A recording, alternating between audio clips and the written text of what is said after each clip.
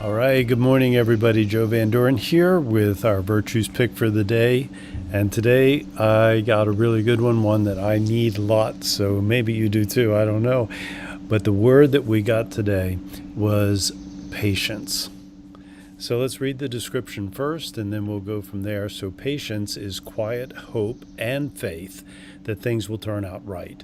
We trust the process of life. We are not hasty. We do not rush or allow ourselves to be overcome by pressure.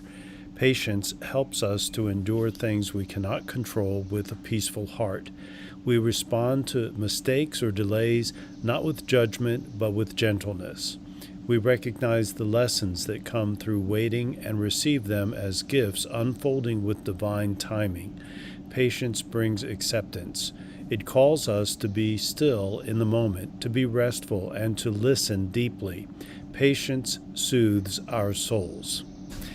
So I can just tell you that I've had a number of situations come up in my life just recently where patience was really needed. And honestly, it's been something that I've been kind of looking at in a number of ways.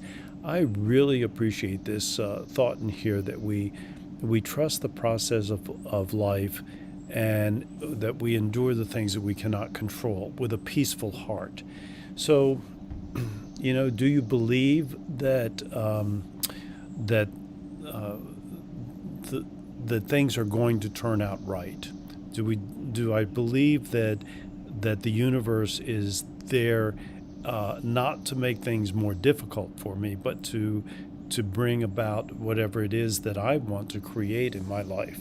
Now, I happen to believe that. I believe that a lot of what we bring into our life, we bring into our life purposefully. Well, maybe not purposefully, but through our thoughts and through the things that we focus on.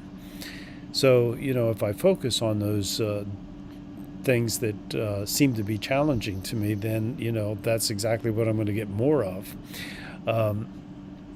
And so it's something I've been working on, accepting what comes and looking at it and really just asking that question: what's good about this? What could be good about this?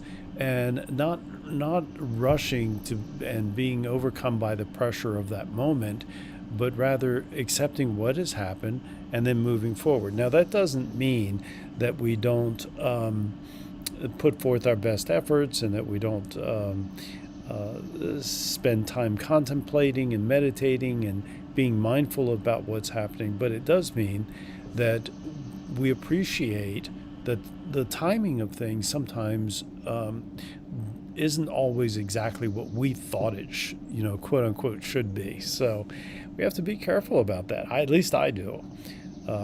Instead of trying to force things, accept things as they come along and be in the moment, be peaceful at heart, be willing to see what is good about whatever it is that's happening. And just the other day, we had that virtue of gentleness. And so I appreciate this idea of being gentle with ourselves and not demanding that everything be exactly the way we think it ought to be or should be. I don't know about you, but I've had a number of situations in my life where what I thought would have been a better result than what actually happened turned out later that it worked out just fine. I've had situations where, this is terrible. I don't want this to happen to me. I don't, it's not good. But then, 10 years later, 5 years later, 20 years later, I've seen that those things were great lessons for me and things that I could learn and to use to help myself in a new situation. So, patience. It's a really great quality. It's a virtue that I'm not going to say everybody needs to work on, but I can certainly say that I need to work on. And we want to see it in our children. How many times have we said to our children, especially our young ones, you just need to be patient.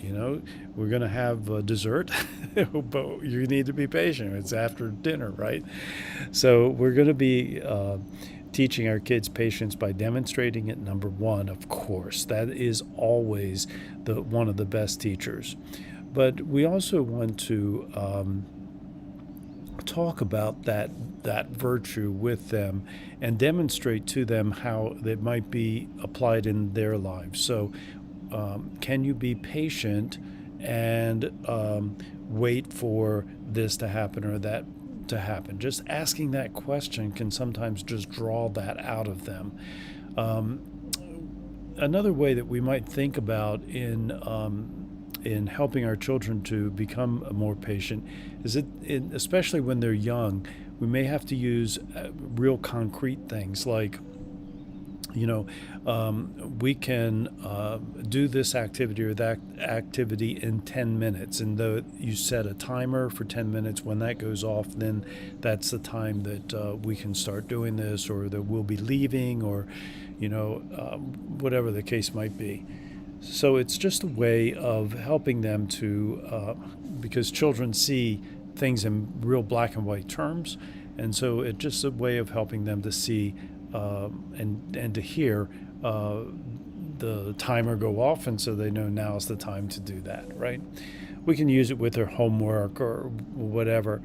And I think one more thing in dealing with our kids and patience, is when we're talking about it, articulate to them the times when you've needed to use patience. So I waited in the doctor's office for a full hour. Instead of being angry about that and being upset and being and demonstrating to your child this lack of or just being angry about it, and say, I had to use my patience today when the doctor was running late, and I was and I had to sit in his office for an hour.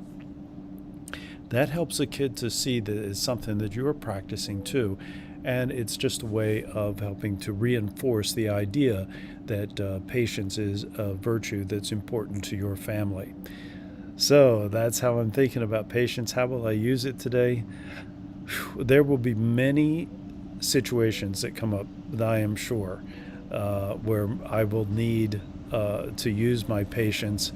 And and I'm trying to think of one thing that might come up. I have a class today, and it's a one-on-one, and I will just say that that I've had to be patient with these individuals in the class because they don't always make it to class on time, and yet there's a lot of other issues, and so today I'm going to use my patience. I'm going to practice my patience by accepting the situation as it is, and trying and doing my best at bringing out the best in them as we discuss the things that we need to learn about in that class. So at any rate, that's what we'll be doing today. Thank you very much for being here. I hope you enjoy the virtues and taking time to focus on them for just a few minutes each day, and using that as a starting point for looking at them the rest of the day. It's just one of those things that's been very helpful to me in creating and being the person that I want to be. So thank you for being here, and until next time, which will be tomorrow morning, until next time, keep practicing the 4 C's of successful families: clarity, communication, consistency, and community. All right, guys, until next time. Bye.